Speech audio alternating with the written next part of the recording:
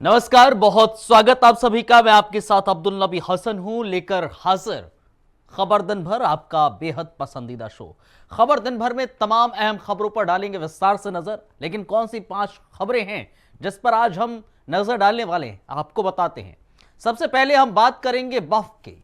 दरअसल बात होगी वक्फ फैसले की, क्योंकि यह सिर्फ एक कानून की किताब का पन्ना नहीं है, ये करोड़ों दिलों की आस्था, पहचान और हक का सवाल है। सुप्रीम कोर्ट में वक्फ संशोधन अधिनियम 2025 पर 3 दिन तक चली तर्कों की जंग अब थम चुकी है, लेकिन फैसला अभी बाकी है। एक तरफ धर्म, दूसरी तरफ संविधान, बीच में खड़ी है वो जमीन जिसे लोग खुद खुदा को सौंपते हैं। क्या आस्था कानून से टकराएगी या संविधान में मिलेगा सबका न्याय?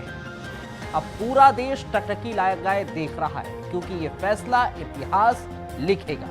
आगे आपको विस्तार से बताएंगे क्या दलीलें पेश की गई, कौन सी दलील सत्ता पक्ष की तरफ से पेश की गई और विपक्ष की तरफ से। इसकी डिटेल आपसे कुछ देर के बाद। दूसरी अहम खबर का जिक्र करेंगे। दूसरी अहम खबर होगी प्रधानमंत्री नरेंद्र मोदी की, क्योंकि इन्वेस्टर समिट में उनकी मौजूदगी देखने को मिली। एक समय था जब नॉर्थ ईस्ट भारत के नक्शे पर सिर्फ एक दूर दराज कोना माना जाता था, लेकिन आज वही कोना देश की सबसे तेजी से उभरती अर्थव्यवस्था, रणनीतिक शक्ति और सांस्कृतिक विरासत का केंद्र बन चुका है। Rising north east investor summit सिर्फ एक इवेंट नहीं, बल्कि उस परिवर्तन की उद्घोषणा है जहां बंदूकें थमी हैं और विकास की रेल रफ्तार पकड़ रही है। प्रधानमंत्री मोदी के विजन में नॉर्थ ईस्ट अब सीमांत नहीं, संभावनाओं की भूमि है। बायो इकोनॉमिक से लेकर सेमीकंडक्टर तक, टूरिज्म से लेकर टेक्सटाइल तक, 17 एयरपोर्ट्स, 2000 से ज्यादा उड़ानें, 10,000 से युवाओं की वापसी। ये आंकड़े नहीं, एक नई कहानी है। और ये कहानी कहती है कि अब नॉर्थ ईस्ट पीछे नहीं, भारत के भविष्य की अगली पंक्ति में सबसे आगे होगा। अब से कुछ देर के बाद पूरी डिटेल इन्वेस्टर समिट की आपको देंगे। इसके अलावा तीसरी अहम खबर का जिक्र करेंगे। तीसरी खबर जस्टिस ओका की होगी, और क्योंकि उनका सिर्फ ये रिटायरमेंट नहीं था, ये संविधान के प्रति समर्पण की अंतिम पंक्ति थी, जिसे जस्टिस अभय श्रीवास ओका ने अपने फैसलों से लिखा है। मां की विदाई के बाद जब कोई भी इंसान भावनाओं से टूट सकता है, उस दिन वो अपनी कुर्सी पर लौटे और 11 फैसलों के जरिए देश को बताया कि न्याय एक नौकरी नहीं, जीवन का धर्म होता है। उन्होंने ना लोकप्रियता को चुना, ना आराम को, सिर्फ संविधान को निभाया। कोर्ट में उनके शब्द गूंजते रहेंगे, लेकिन आज जब वो चुपचाप विदा हुए तो हर आंख नम हो गई थी। जस्टिस ओका चले गए, लेकिन न्याय की आत्मा को जिंदा छोड़ गए। उनकी विदाई पर क्या कुछ हुआ, कौन सी 11 फैसले हैं, डिटेल अब से कुछ देर के बाद। इसके अलावा बात चौथी खबर की करेंगे, नापाक हरकत की करेंगे। सवाल अब सिर्फ मौसम या वायु मार्ग का नहीं है, सवाल इंसानियत का भी है। सवाल 227 जिंदगियों का है, जिन्हें एक मुल्क की सियासी जिद और संकीर्ण सोच ने मौत के मुहाने पर ला खड़ा कर दिया था। लेकिन शुक्र है उस पायलट का जिसने अपने होश, हौसले और हुनर से न सिर्फ विमान को उतारा, बल्कि भरोसा भी जिंदा रखा। ये घटना हमें याद दिलाती है कि तकनीक से पहले जरूरी है इंसानियत। और अब जब डीजीसीए जांच कर रहा है, तो भारत को भी तय करना होगा कि सिर्फ सैटेलाइट से नहीं, जवाब अब अंतर्राष्ट्रीय मंच पर भी देना होगा। क्योंकि सवाल ये नहीं है कि रास्ता बंद किया गया, सवाल ये है कि क्या इंसानियत भी बंद हो गई। क्या है खबर, डिटेल अब से कुछ देर के बाद। कैसी नापाक हरकत पाकिस्तान में फिर चली, बताएंगे आपको। पांचवी अहम खबर का जिक्र करेंगे और आपको सावधान करेंगे। सवाल ये नहीं है कि सूरज फिर से कोई सौर तूफान भेजेगा या नहीं, सवाल सिर्फ इतना है कि क्या हम तैयार हैं। जब एक खामोश अदृश्य लहर हमारी स्क्रीन से लेकर हमारे जीवन तक सब कुछ ब्लैकआउट कर सकती है, तो क्या हम अपनी डिजिटल दुनिया की नींव को वाकई सुरक्षित मान सकते हैं? वैज्ञानिक चेतावनी दे चुके हैं। अब ये अगर नहीं सिर्फ कब का सवाल है। और उस कब के लिए क्या हमारे पास कोई जवाब होगा?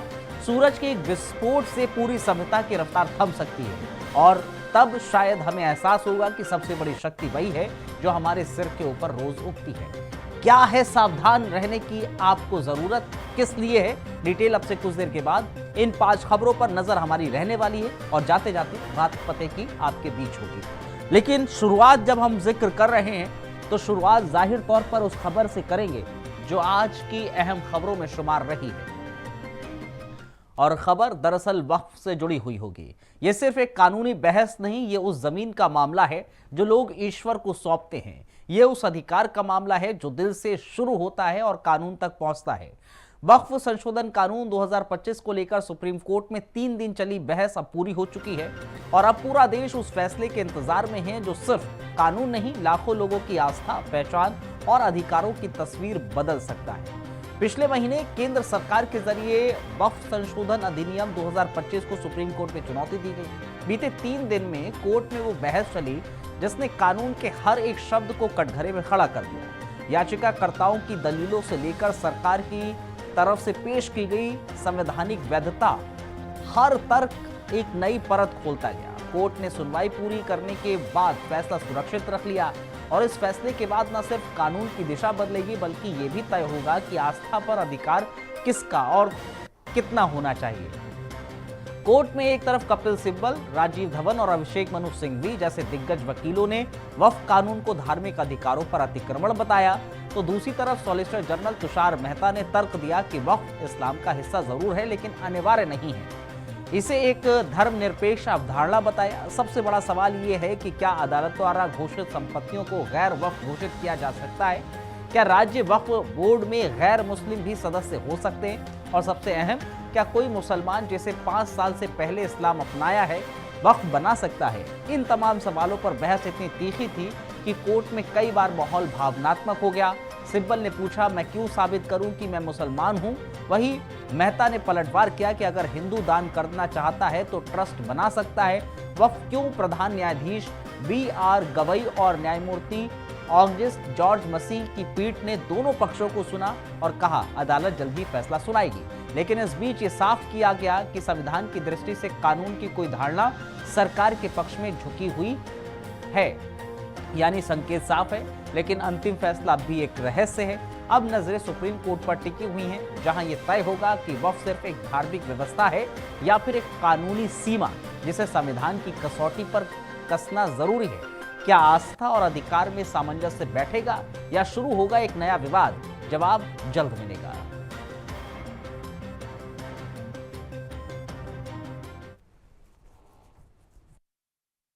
में 1954-1955 में जब एक वक्फ एक्ट में संशोधन होकर के दोबारा से वक्फ एक्ट आया था, हाँ, उसके अंदर एक ये थी कि वक्फ बाय यूजर हो या बाकी भी हो, वक्फ की प्रॉपर्टीज का रजिस्ट्रेशन करवाना मैंडेटरी था।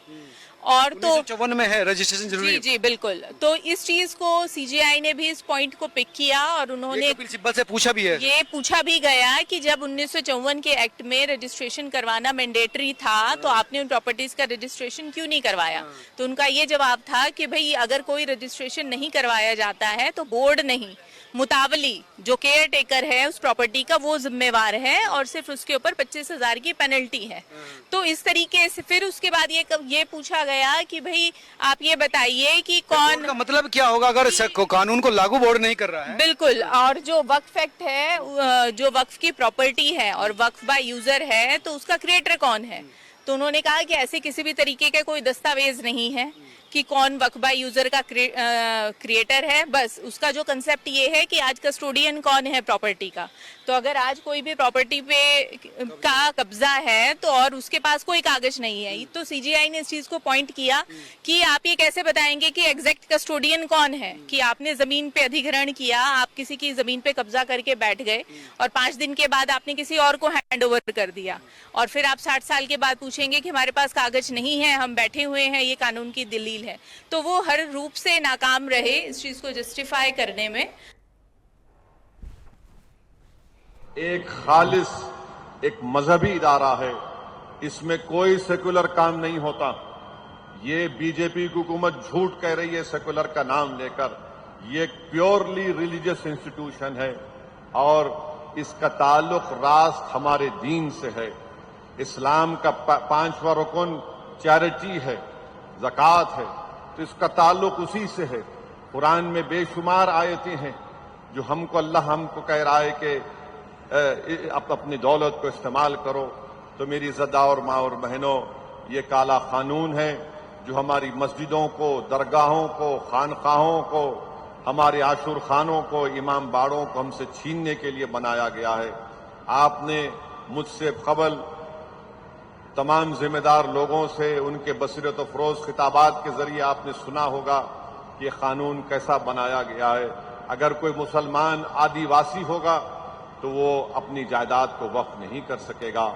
वक्फ बाय यूजर है, जिसको सुप्रीम कोर्ट ने बाबरी मस्जिद के मुकदमे में वक्फ बाय यूजर को सुप्रीम कोर्ट ने फेल किया। आप उस फैसले के खिलाफ गलत तरीके से एक कानून बनाते हैं। आप खवातीन हैं, इस कानून में ये बात लिखी गई कि अगर कोई अपनी जायदाद को वक्फ अल औलाद करना चाहता है और वक्फ अल औलाद करेगा तो मोदी की हुकूमत ये कह रही है कि बेटी का हक नहीं मारा जा सकता। अब आप खुद अंदाजा लगाइए कि अगर कोई अपनी जायदाद को अल्लाह को उसका मालिक बना रहा है तो कहां बेटी कहां भाई, कहां बेटा कहां बेटी, कहां रिश्तेदार। मगर ये हुकूमत कहती है कि वक्फ अल औलाद आप उस वक्त तक नहीं कर सकते जब तक कि आप ये बता ना दें कि बच्चों का हक नहीं मारा जाएगा। ये अजीब व गरीब बात है कि जायदाद मेरी है हिंदुस्तान की आइन की सेक्शन 300 के तहत। ये कानून ऐसा बना दिया गया कि जितने मसाजिद हैं पूरे मुल्क में आसार खदीमा के तहत, अगर वो प्रोटेक्टेड हैं, एंशियंट हैं, तो उसका मालिक वक्फ नहीं रहेगा, उसका मालिक आसार खदीमा बन जाएगा। तो जाहिर तौर पर पक्ष विपक्ष की तरफ से क्या दलीलें पेश की गई थी आप दिखाते हैं। वक्फ अपनी प्रकृति से एक धर्मनिरपेक्ष अवधारणा है, ये पक्ष की ओर से कहा गया। वक्फ अल्लाह के लिए इसे बदला नहीं जा सकता, ये गैर कानूनी वक्फ संपत्ति के कंट्रोल को छीनने वाला है। वक्फ का इस्तेमाल क्यों किया जाए ये कहा गया है। कानून की ये धारणा अधिकारों का हनन है, विपक्ष ये कहता नजर आया। सत्ता पक्ष कह रहा था वक्फ बनाने और उसे दान देने में अंतर है, प्रधान अनुच्छेद 25 का उल्लंघन है, ये विपक्ष ने कहा। वक्फ इस्लाम का अनिवार्य हिस्सा नहीं है, विपक्ष कह रहा है मंदिरों को 2000-3000 करोड़ चंदा भी दिया जाता है। वक्फ एक धर्मनिरपेक्ष अवधारणा है, पक्ष ने ये कहा। विपक्ष कह रहा है एक भी व्यक्ति गैर हिंदू नहीं।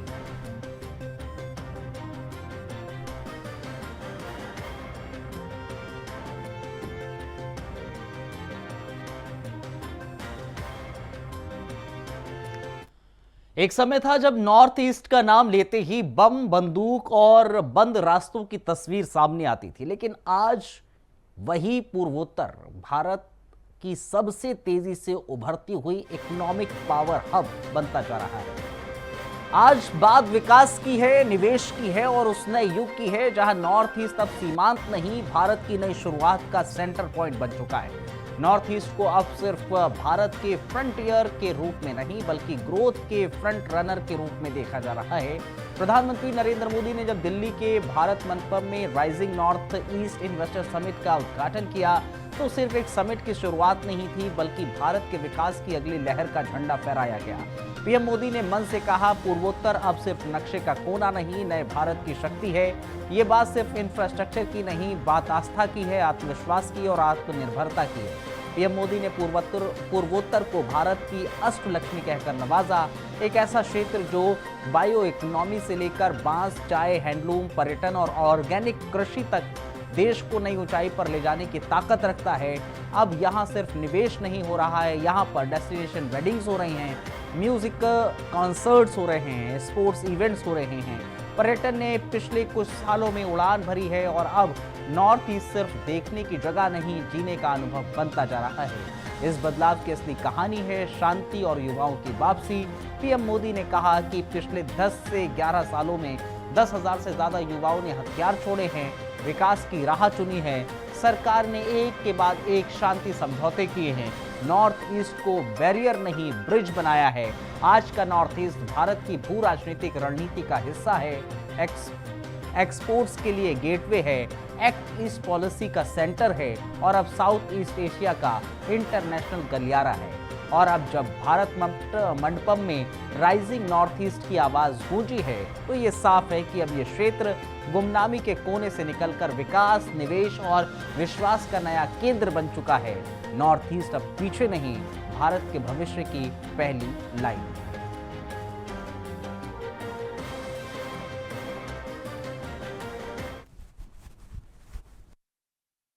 साथियों, किसी भी क्षेत्र के विकास के लिए सबसे जरूरी है शांति और कानून व्यवस्था। आतंकवाद हो या अशांति फैलाने वाले माओवादी, हमारी सरकार जीरो टॉलरेंस की नीति पर चलती है।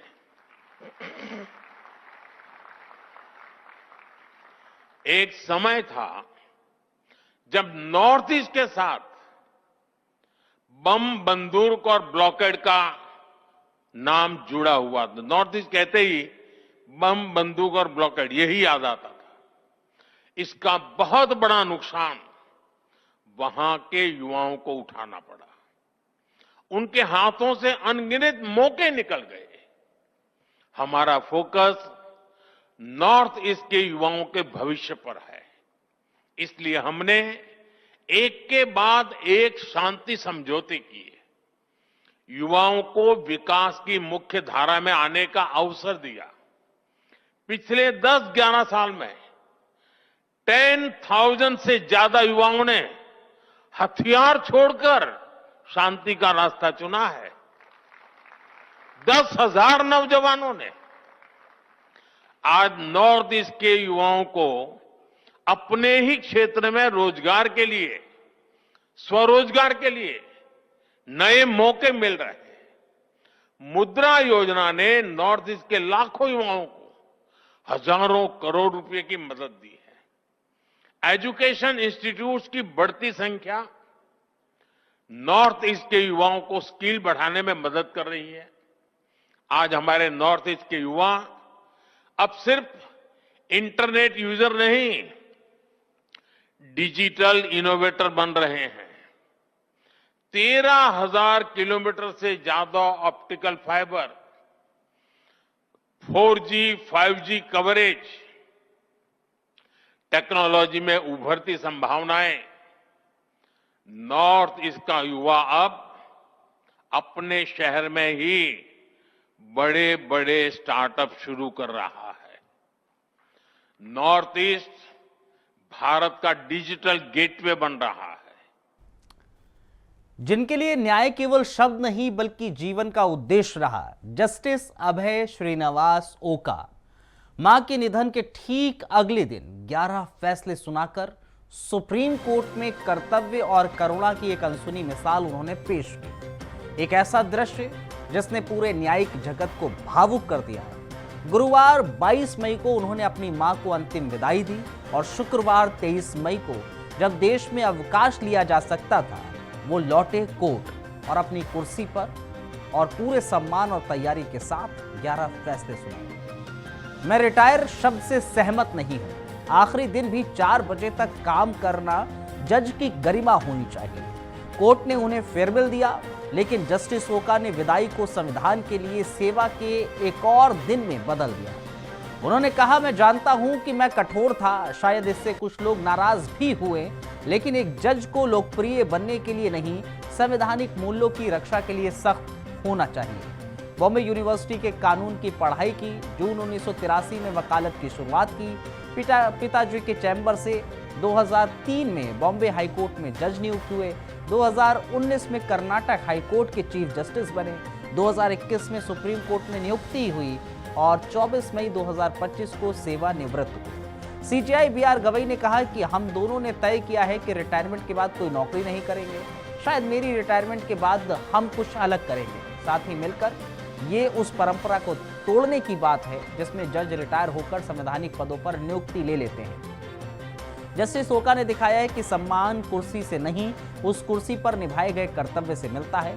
मां की अर्थी को कंधा देने वाले हाथ अगली सुबह संविधान की शपथ के साथ फिर फैसले सुनाते। ये कोई आम दिन नहीं था। ये दिखाता है कि जस्टिस ओका जैसे लोग केवल न्याय नहीं करते, वो न्याय की आत्मा बन जाते। वो चले गए पर मिसाल छोड़ गए, एक सख्त जज, एक संवेदनशील बेटा। ये जस्टिस ओका कर्तव्य और करुणा की कहानी है।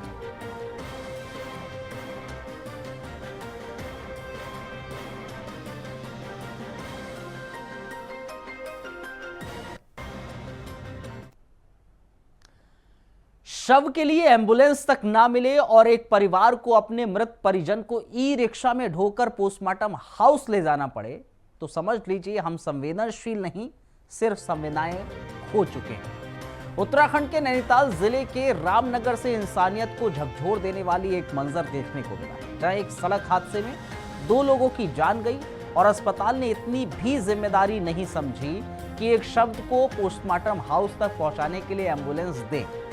एक तरफ दुर्घटना में घायल 2 जिंदगियां, उसमें से एक की मौत मौके पर हो गई, दूसरे को रामनगर अस्पताल लाया गया, लेकिन वो भी नहीं बचा।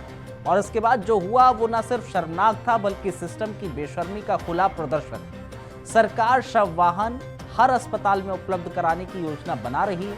नैनीताल सीएमओ और पुलिस को फटकार लगाई गई है, लेकिन सवाल ये है कि मंत्री जी, जब शव पड़ा हो पर एम्बुलेंस ना हो, जब परिजन गिड़गिड़ाएं और सिस्टम चुप्पी साध ले, तब योजनाएं देर से आने वाली संवेदना बन जाती है। आज भी कई छोटे शहरों कस्बों में शव को लाने ले जाने की कोई व्यवस्था नहीं है। किसी की माँ हो, भाई हो या फिर बेटा, वो अंतिम सफर किसी ठेले रिक्शा हो या फिर किसी ठेले पे करता है या रिक्शे पे करता है। तो सवाल ये होता है कि क्या ये किसी विकासशील भारत की तस्वीर है? ये महज लापरवाही नहीं, व्यवस्थागत असंवेदनशीलता है। मंत्री साहब बयान देते हैं और बयानों के बाद भी जमीनी हकीकत यह है कि लोग मरने के बाद भी सिस्टम के रहमो करम पर हैं। और जब तक हर अस्पताल में शव वाहन अनिवार्य नहीं होता है और जवाबदेही तय नहीं होती है, ऐसी घटनाएं दोहराई नहीं जाएंगी। शवों पर सिस्टम का बोझ मत डालिए। मरने के बाद भी इंसान की गरिमा रहना चाहिए। अब सिर्फ फटकार नहीं, सुधार की जरूरत है।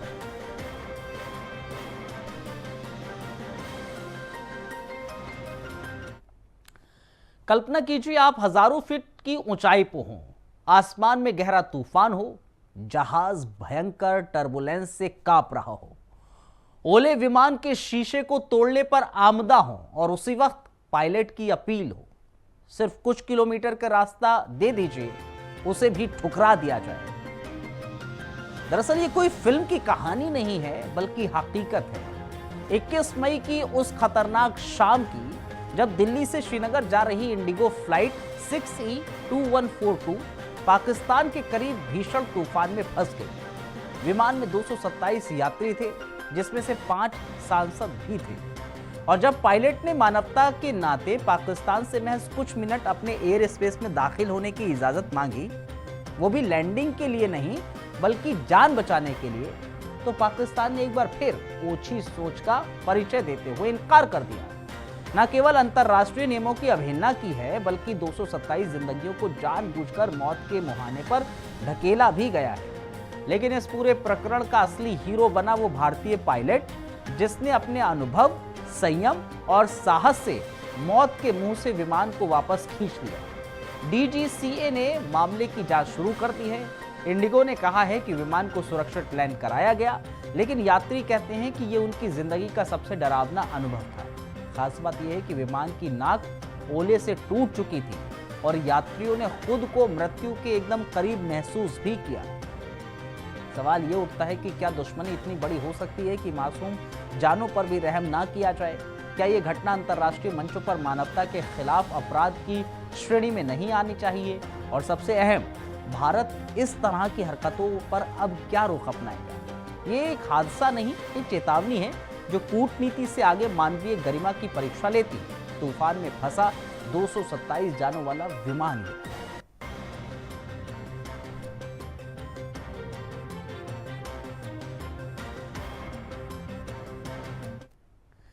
क्या आप कल्पना कर सकते हैं कि एक झटके में पूरी दुनिया अंधेरे में डूब जाए? ना इंटरनेट, ना मोबाइल, ना बिजली, चारों ओर सिर्फ सन्नाटा और अफरा तफरी।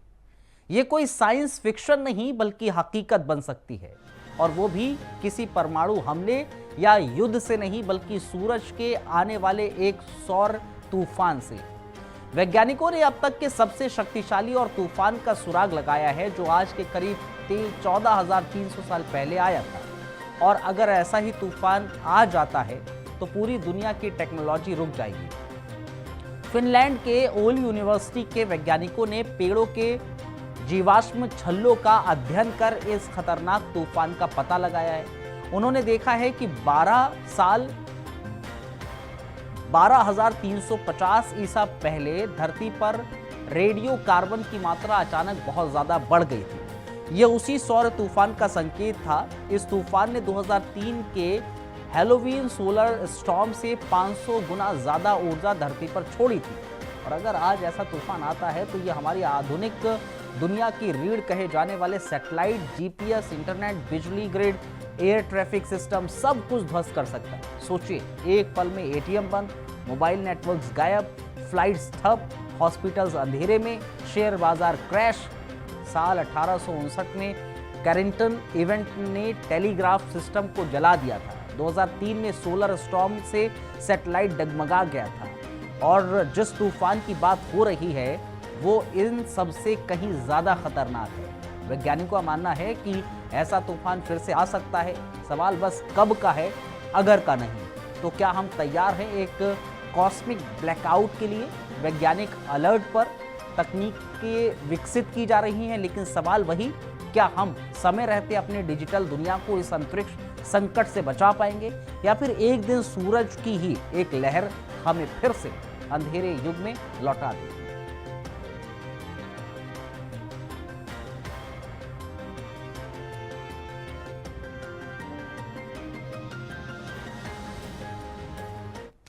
चलिए, अब जाते जाते बात पते की आपको बताते चलते हैं। आज की बात पते की दरअसल है कि जिंदगी ऐसे जियो जो खुद को पसंद आए, क्योंकि दुनिया वालों की पसंद तो हर पल बदलती रहती है। मतलब साफ है कि जिंदगी ऐसे जियो जो आपको खुद को पसंद आए, क्योंकि दुनिया वालों के अगर नक्शे कदम से जीना चाहोगे, दुनिया वालों के जरिए जीना चाहोगे, तो उनकी पसंद है वो हर पल बदलती रहती है। तो अपनी पसंद से ही जिंदगी जीना सीखिए। तो बात पते की दरअसल सिर्फ यही है कि जिंदगी ऐसे जियो जो खुद को पसंद आए, क्योंकि दुनिया वालों की पसंद तो हर पल बदलती रहती है। फिलहाल इस खास पेशकश में आज के लिए बस इतना ही। मुझे और मेरी टीम को इजाजत दीजिए। आप बने रहिए इंडिया वॉइस के साथ।